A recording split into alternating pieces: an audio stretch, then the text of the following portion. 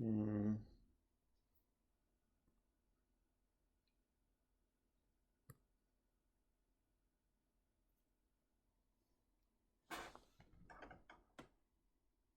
Hmm.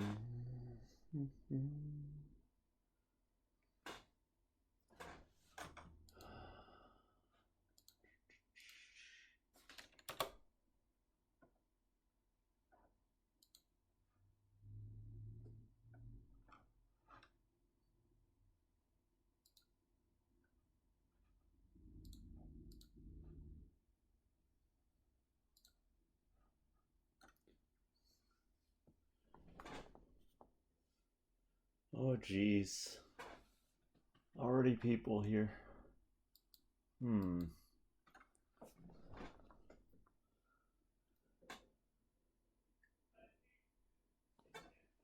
Hello.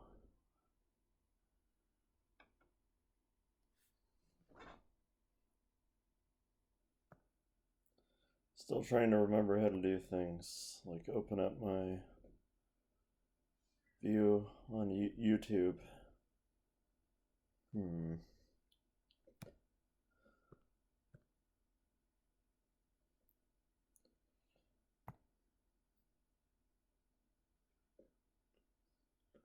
Nobody from AP Calc AB yet. Yeah, true. Hmm. You think they'd make this easier?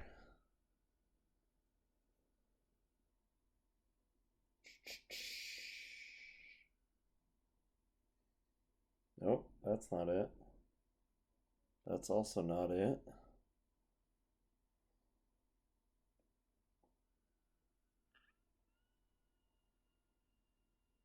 Hmm.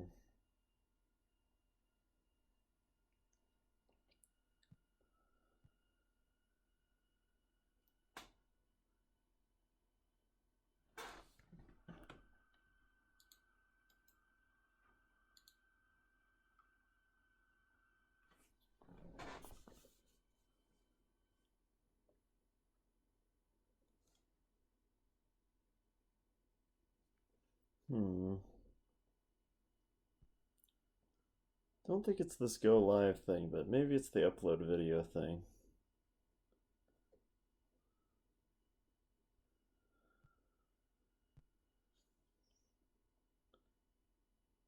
This is gonna be wrong.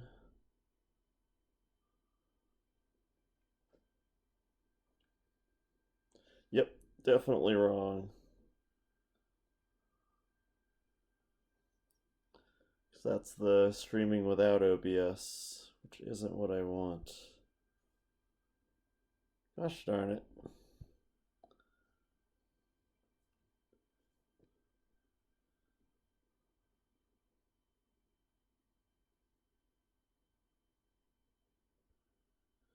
Well, very professional here. Totally know what I'm doing.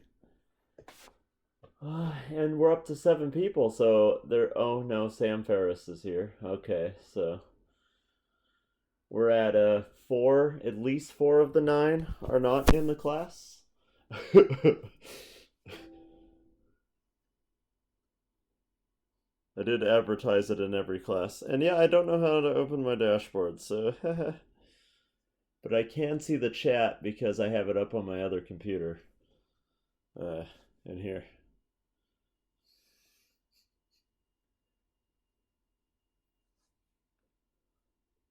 So let's see, at least everybody in the stream goes to the school. That's better than last year. At least so far. Hopefully, maybe. Oh, we got one for this year. Jack's here. All right. And Keith. All right. Oh, the numbers are starting to go up. Turns out people can be on time. We got Raquel, we got Rose. All right. Difference between a cluster sample and a stratum sample. Dude, I took stats in college, like, I don't know, 10 years ago or something. 11, 12. That's too long ago. And hello, newcomers. Nick Hillard. Okay, so that's 5 BC Calc kids. Well, if you count Matthew as BC Calc. Let's begin. It seems like we have a big group here. So I'm gonna start by going over the quiz as advertised to those of you who are in the class. This is the first version of the quiz. In this one, the trick to the first one was to factor the top. Whoops. If you did that, the x plus 17's canceled, so it was really just x minus 23, because you can ignore the whole when you're doing limits. And then you just chucked the negative 17 in there, and negative 17 minus 23 was negative 40. In 1.2 here, at 0, it was just in this function, so it was 0. In 4...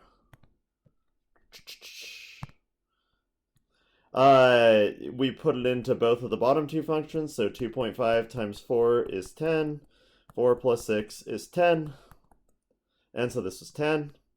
And then for 3, we plug it into the first two functions, so 3 times 3, because that's where those meet, in case you're curious.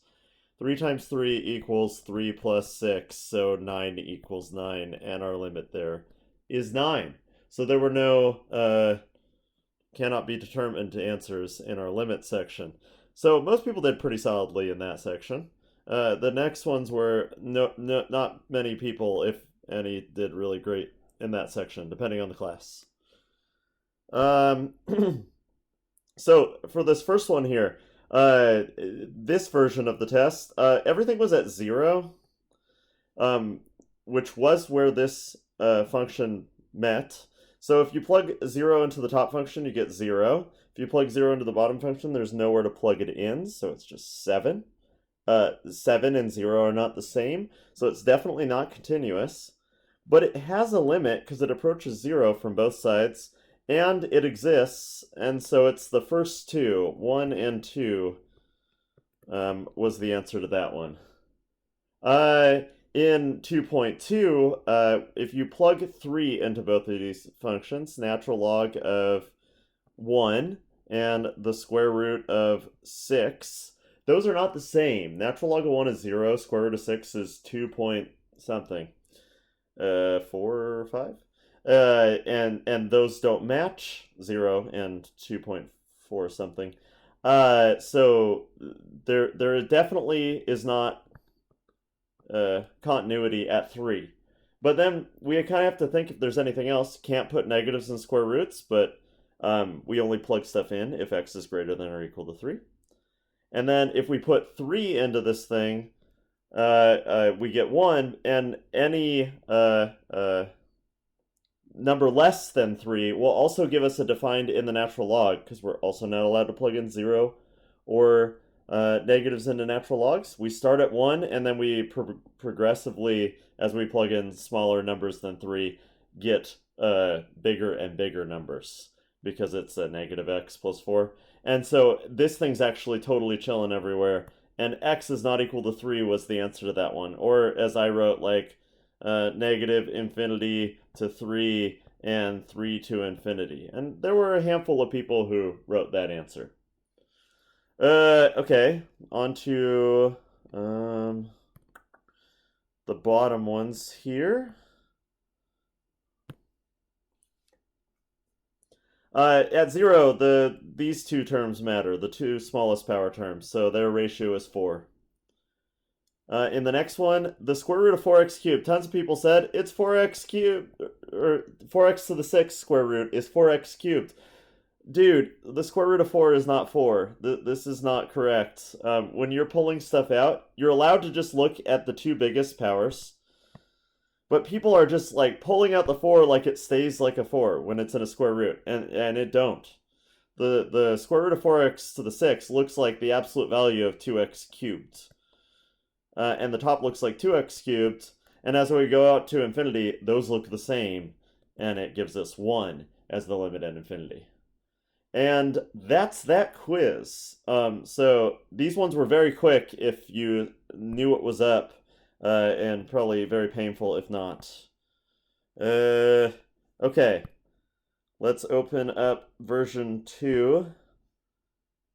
And I'm going to screen capture this. Okay, in this first one, same idea. You had to factor, same as the other version. If you factor, you get x minus 2, x minus 3. And the x minus 3's cancel at the whole. Limit x approaches 3. And we subtract 12, so you just get 3 minus 2 when you plug 3 into this thing. Minus 12, and 1 minus 12 is negative 11, and that was that version.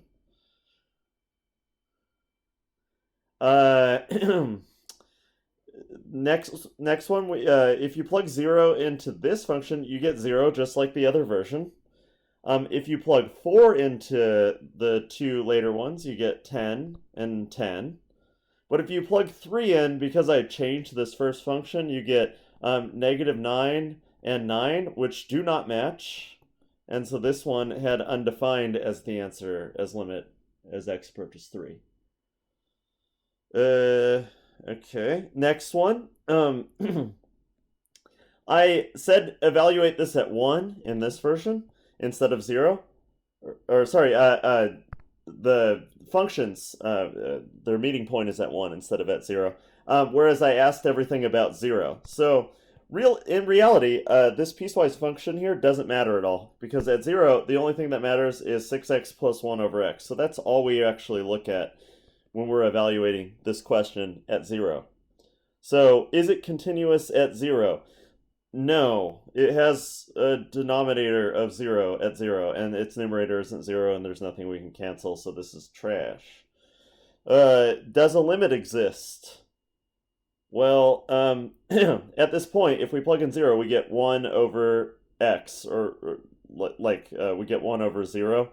And 1 over 0 does crap like this. And so, nope, no limit. We're going to negative infinity and positive infinity. That's no good. And then, last piece, does f of 0 exist? And the answer is no, it doesn't. So it was none of these answers for this one. That's a discontinuity, so none of that crap worked. All right. Next one. If you plug 3 into these two functions, you get natural log of 3 and square root of 2. Turns out those aren't the same. They're reasonably close. They're both 1 point something, but they aren't the same. The natural log of 3 is a non-repeating decimal that's janky, and square root of 2 is a different non-repeating decimal. And so these didn't meet here at 3, so definitely not that. But then we ran into some more problems here, because we were plugging numbers greater than 3 into this function, and the second you get to 5, you're in trouble, because if you plug like 6 into this, you get a negative and a square root. And so really, the bottom function works from 3 to 5, because we're not allowed to work at 3, and we can't work at 5 also, because there's no right-hand limit at 5. So then if we look at our other function, we are also not allowed to put negatives or 0 into natural log for continuity. And so this thing is chilling until we get down to like 0.00001. So this thing works from 0 to 3, but not in any of the negatives. And so this was what I was looking for, and there were very few kids who actually gave me this answer with like a union in between. And then our bottom section here, you're looking at the smallest power, so 3x over negative x, that's negative 3. And then in the next one, same idea. When you pull this dude out, the biggest power going to infinity, you got to square root the 9. So 3x cubed was really our term on top, or on the bottom. And on top, we have an x cubed as our biggest term. And in reality, it's an absolute value of 3x cubed on the bottom, but since we're going to a positive infinity, the answer would be the same regardless. And we get a 1/3 limit for that one. And that's the quiz. All right, let's look through the chat Can you do problems like 2.1 on the quiz? Yeah, I did 2 of them. Not gonna lie, that's a bit of a troll. I feel tricked. Yeah, which of the following is or are true? None of them is a reasonable outcome to that. On the AP test, often these are multiple choice, and they'll be like, "Hey, 1 or 2" or something like that, and maybe D was none. But on a free response like this, I can just leave it open ended. Is this the first live stream of the year? Yes, dude. It's like freaking September. Of course, it's the first live stream. uh. uh. So sorry for people who would guess that there were no answers or whatever. But yeah, I was just asking what was true, and none is an okay answer to that. All right. Okay, we got some more direction here. So it looks like the review is what I want to have open now, which thankfully I have pre-prepared. Let's see.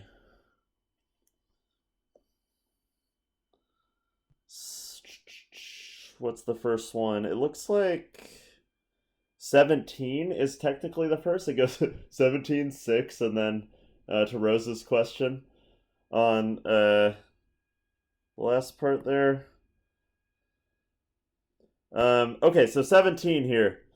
Okay, so this question is just a limit and infinity question. The ratio of the two largest powers of n squared terms is what determines this limit. So we know 6n squared over kn squared equals 1/2.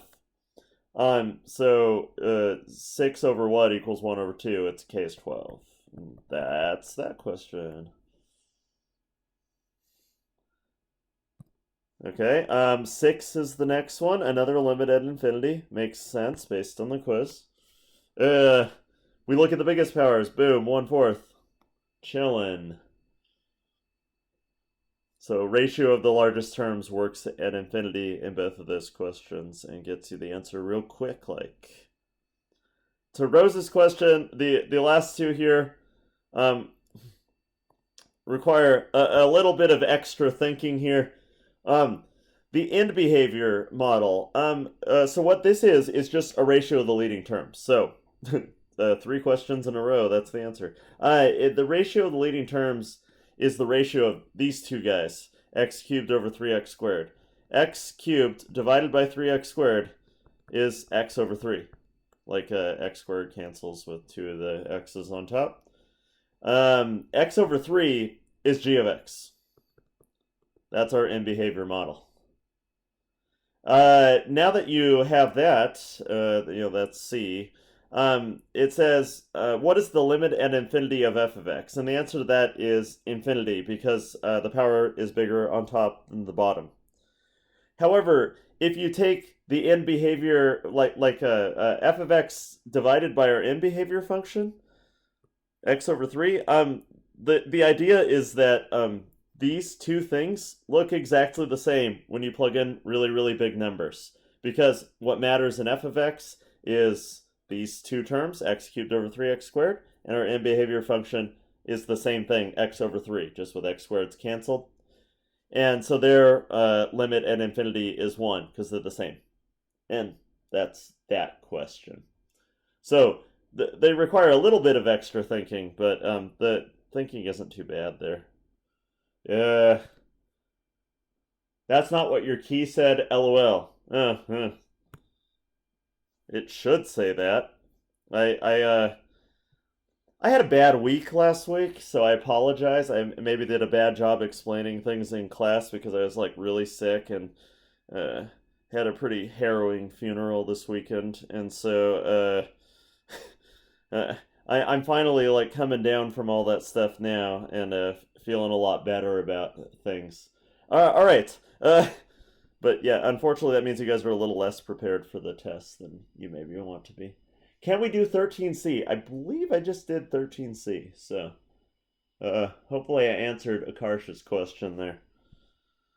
16. Sure, I could do 16. It says the vertical and horizontal asymptote for f of x equals root x over x plus 4 are All right. So, first thing you do is limited infinity. Is that the first thing you do? Okay, that's the first thing I do. Power on top's smaller than the power on the bottom, so we're going to 0 at infinity. And so I know that there's a horizontal asymptote at y equals 0. The second thing I do is I look at where the bottom's 0. The bottom's 0 at x equals -4, and I just realized I got duped on my key. This is totally wrong on my key. Feels bad. Got tricked.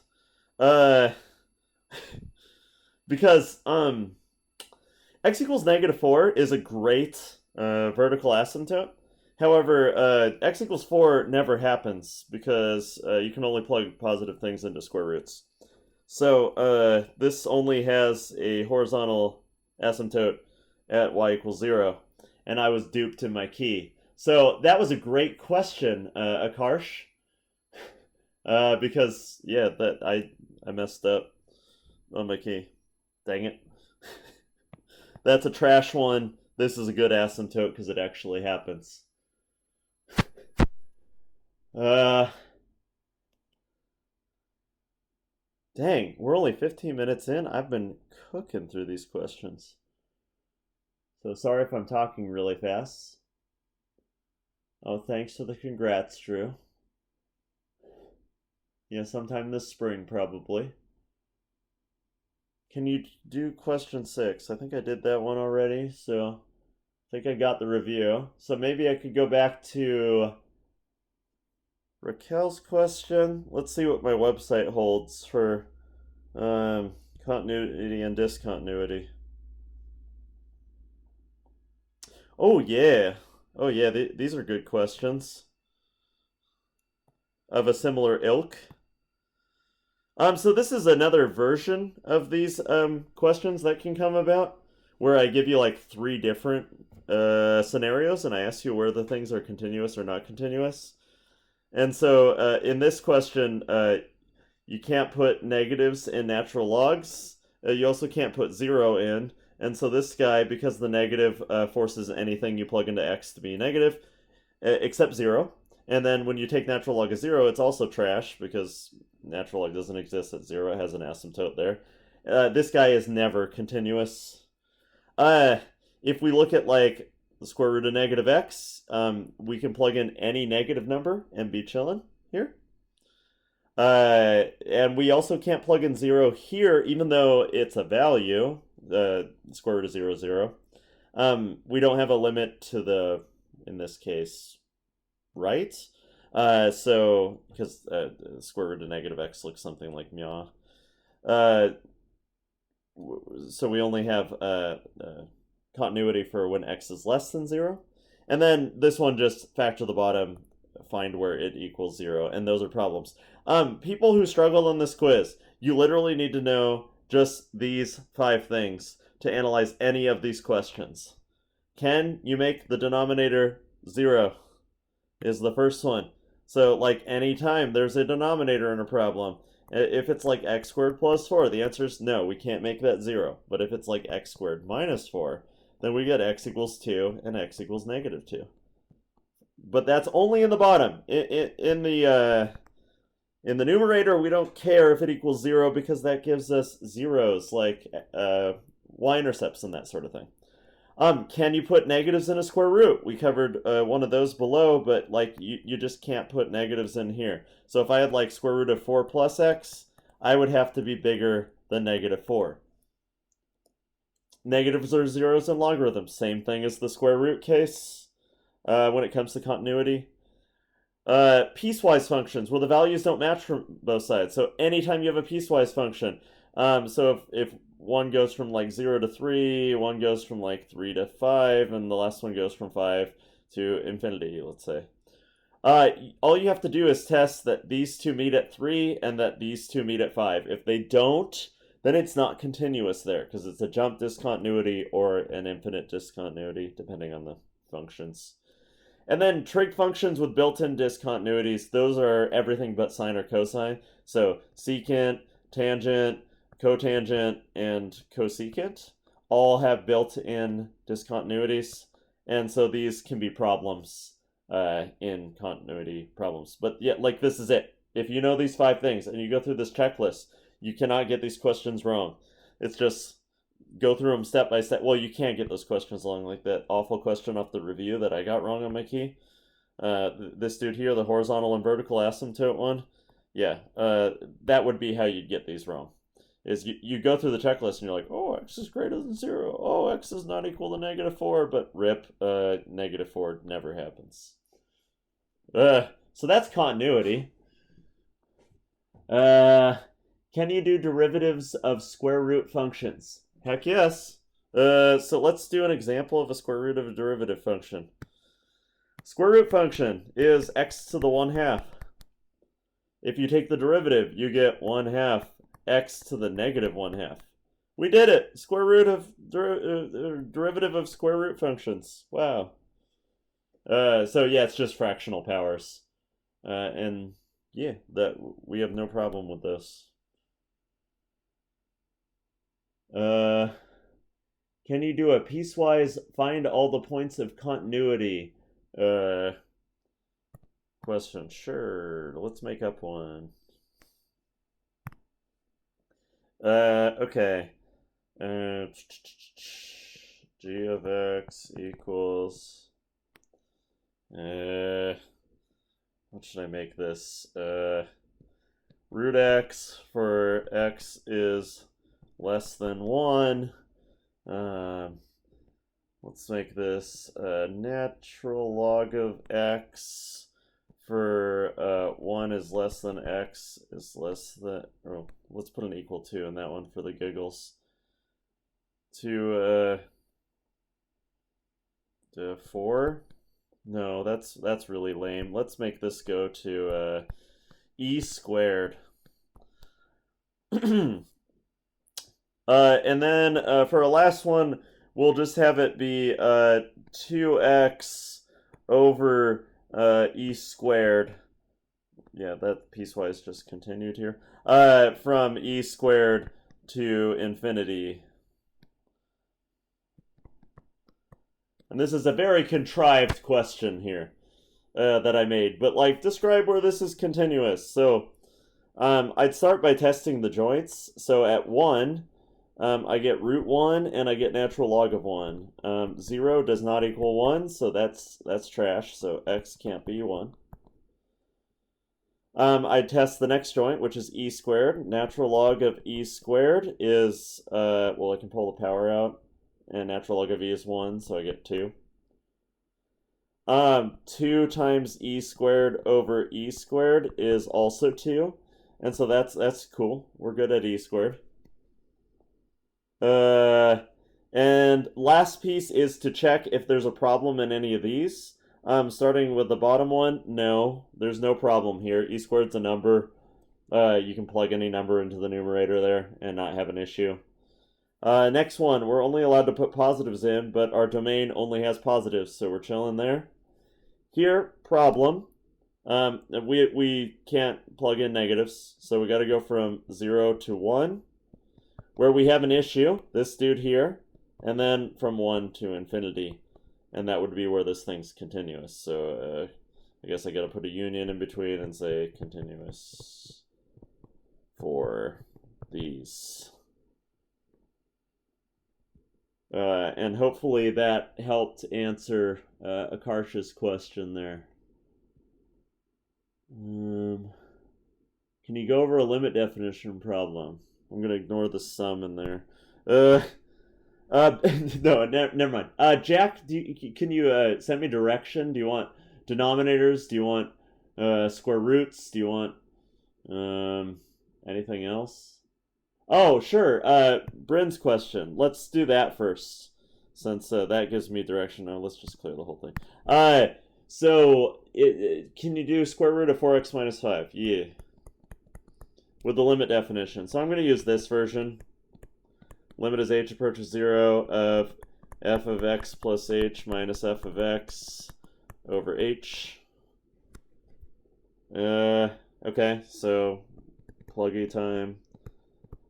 F of x plus h is x plus h plugged into the square root function where the x was.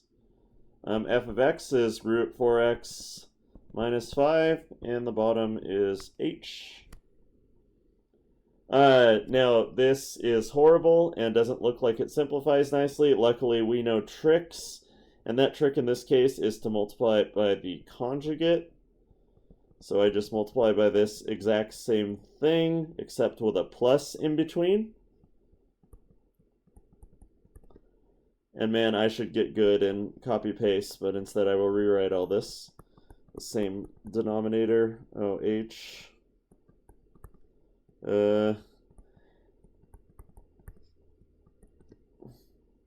So yeah, okay, that looks freaking horrible. The nice part is the top is going to simplify. This is a difference of squares. It's the entire reason you do this conjugate garbage, is for the difference of squares. And when you do that, you just get the first thing squared, which is 4x plus h minus 5. And minus the second thing squared, which is 4x minus 5.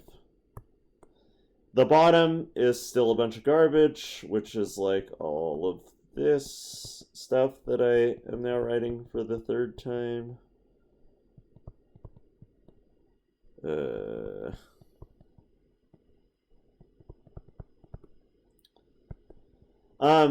Yeah, okay. And then a bunch of stuff simplifies on the top when we combine stuff on the top. We get 4x plus 4h minus 5 minus 4x plus 5. And like boom, boom, boom, boom. All that stuff goes away. 4h divided by h gives us 1. I'm crossing out with this stuff so I don't have to rewrite all that. And I just get rewrite my limit. Limit as h approaches 0 of 4 over this stuff, which I'm now writing for a fourth time, just the conjugate term, which is root 4 times x plus h minus 5 times root, or plus rather, root 4x minus 5. All right, the beauty here now is that you plug in 0 for h, and you get 4 over root 4x minus 5 plus root 4x minus 5, or 4 over 2 root 4x minus 5. And that's our answer, which we can simplify to 2 over the square root of 4x minus 5. Now, if you're unhappy with that entire process, the good news is, after this exam / the quizzes on this thing later this year, when you get this question, you're going to be like, oh, root 4x minus 5, that's 4x minus 5 to the 1/2 power. And then you're going to pull the 1/2 down, and you're going to subtract 1/2 from the power. And then you're going to be like, crud, this isn't the same as the answer I got the other way. You're going to be like, oh yeah, I know the chain rule, which is a lesson in our next unit. Which means when I have an inside and its derivative isn't 1, I got to multiply by that derivative of the inside, which is 4. Wow. And then you get 4 times 1/2, that's 2. And we get the same answer. So just a little promo for stuff coming soon. That's the chain rule. Wow. And some power rule stuff. But yeah, that problem, yeah, it takes a lot of rewriting, that square root conjugate thing. We did at minimum 4 rewrites. Can you go over the limit to 0 of 1 over x minus 7? Sure. Kill everything. 1 over x minus 7. If I plug this in, I get 1 over x plus h minus 7 minus 1 over x minus 7. All over h, limit as h approaches 0. That's just the plug-in. The trick in these ones is get common denominators, so I multiply this one by x minus 7 over x minus 7, and this one by x plus h minus 7 over x plus h minus 7. If you do that, you get x minus 7 minus x plus h minus 7 on top. You get x minus 7 times x plus h minus 7 on the bottom. And then on the next bottom, you also get an h.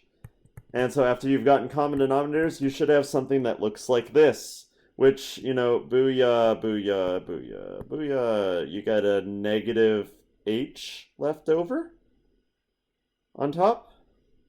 So it's like negative h over this garbage all over h. And the beauty here now is you can cancel these h's. You just get negative 1 over x minus 7 times x plus h minus 7. And you're home free. You can plug in 0 for h and just get negative 1 over x minus 7 squared for that one. Playback speed 0.25x. Oh yeah, my bad. I'm sorry. That's the benefit of YouTube videos. Okay, let's go through some questions that came after Keith's. All right. Do we need to know limits to negative infinity? Heck yes. So let's look at one of those quiz questions at negative infinity, because I was thinking about that while we were doing them. Like this question specifically, at negative infinity would be a really nice one. So if this was, instead of infinity, negative infinity, we wouldn't get a negative in the square root because x to the 6 is the bigger term. We'd have some issue in the lower numbers because this guy would be bigger. But out at negative infinity, we'd be chilling because this guy would take over and that guy's positive because it's an even power. Our analysis before was 2x cubed was the top because the smallest term doesn't matter. And the absolute value of 2x cubed is my bottom because it's the square root of 4x to the 6th, which is always positive. So now if I plug in negative infinity, you may notice, unlike my one at infinity, I actually get negative over positive, like negative 1 over positive 1 here.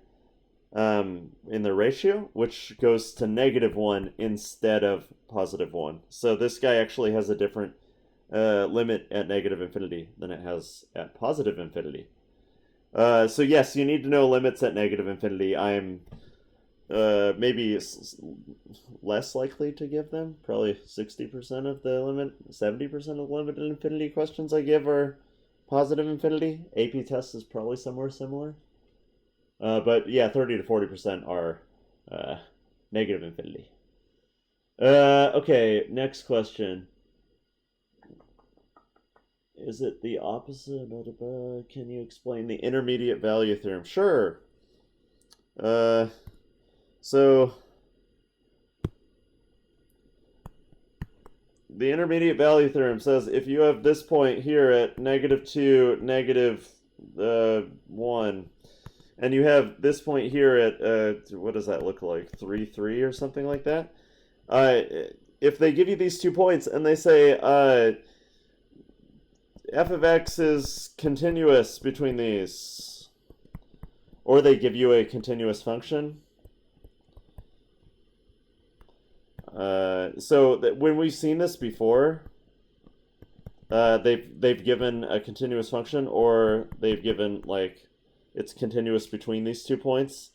And then they say, does y go through 0? And all you have to say is, yeah, the IVT says y goes through 0. Because the IVT, all it says is if you connect to these with a continuous function, you have to go through all of the... Why did my thing stop writing? All right, you have to go through all the y values in between those 2 points. That's literally it. So in every IVT problem, you're going to have 2 endpoints on an interval. They're going to say, does it go through some value in between? And if it's in between the 2 y values or the velocity values or the position values in the word problem, you just say yes. Yeah, IVT says yeah. The key with IVT questions generally is you need to make sure you know it's continuous on the interval. Because if it's not continuous, then we're chilling. We don't actually need to go through every value. Oh crap, I just got rid of everything. Wait, there's an undo button. Yeah, alright.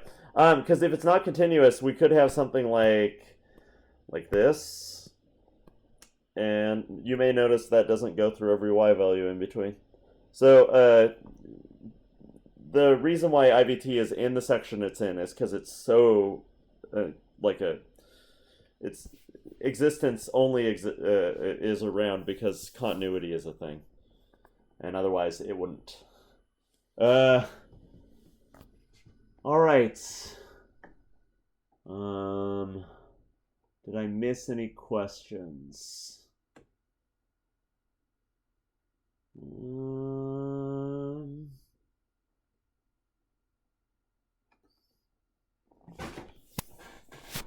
I think we might be in pretty good shape here. Oh, my moderator from last year is back. It's Anna. Are you using Microsoft Paint? No, Doug. I'm using like a screen capture on Microsoft Surface or something. It's pretty cool. The pen has pretty high fidelity, so I can write on this like on a piece of paper, which is pretty dope. I said I was going to go for about half an hour, and it feels like I've gone for about half an hour. And so, feeling pretty good with this. We're at kind of an end of questions. There is something I kind of want to go through before. I bid you adieu here. The first thing is, on AP Classroom, I assigned this thing called MCQ Part C. And except for like 2 questions on this that are a little hard, most of it's pretty reasonable, and the people who have done it so far have gotten pretty good scores on it, and it's pretty good practice of like continuity problems and kind of some of the later stuff we did. So I highly recommend doing some of these questions or trying to do the whole thing as preparation for this exam. The other thing I have as a recommendation is, well, like, no, this continuity crap, of course. But what was the other thing? Oh, Mr. Kennedy's head's going. Oh, I graded your quizzes. Those are in the grade book, so, rip a lot of people's grades. Also realize your grade's kind of fake, because I put in a 10 out of 10 fake assignment that I'm going to take out at some point. So, some of you with lower grades might need to retake before I pull that out so their grades don't suffer too hard. Gosh darn it. I was going to give some other recommendation for test study. Oh, yeah. Here's the other recommendation. The algebra review stuff has some stuff that we did not quiz on, like expanding binomials, like long and synthetic division, like completing the square, and factoring power functions, including cubics and some weird ones that I know I went over in class down lower.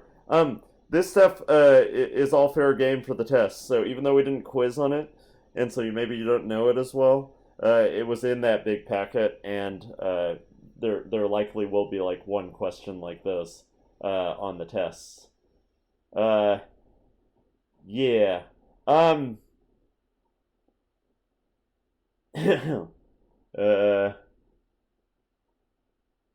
Cool. No other questions accumulated while I was doing that. But yeah, just know that this stuff's coming. And be prepared for this test. Each of the algebra review sections are going to have like half a quiz section, maybe a third, somewhere between a third and a half of a quiz section showing up on the actual test itself. And there are a bunch of limits and continuity questions. And like one limit definition or 1 or 2 limit definition questions. One of the multiple choice variety, one of the writing all the x plus h's variety. There will be some average rate of change, so NQ1 I think is what it's called this year. This dude is on there, but we had that on the warm-up last class and people like knocked this out of the park. So that shouldn't be too scary. Yeah. That's what's on the test. And yes, former year students, we have online homework now. Drew, you would have enjoyed this, actually, because they're all AP questions, so it's really good practice for AP tests. And yes, the test is everything we've covered so far in class. including from the most recent quiz, yes. All the way up through really notes 4, but notes 5 could also be useful for checking your answer on limit definition questions. Yeah. All right. Thanks for showing up, everybody. I'm gonna go play some video games or hang out with my girlfriend or something. Later.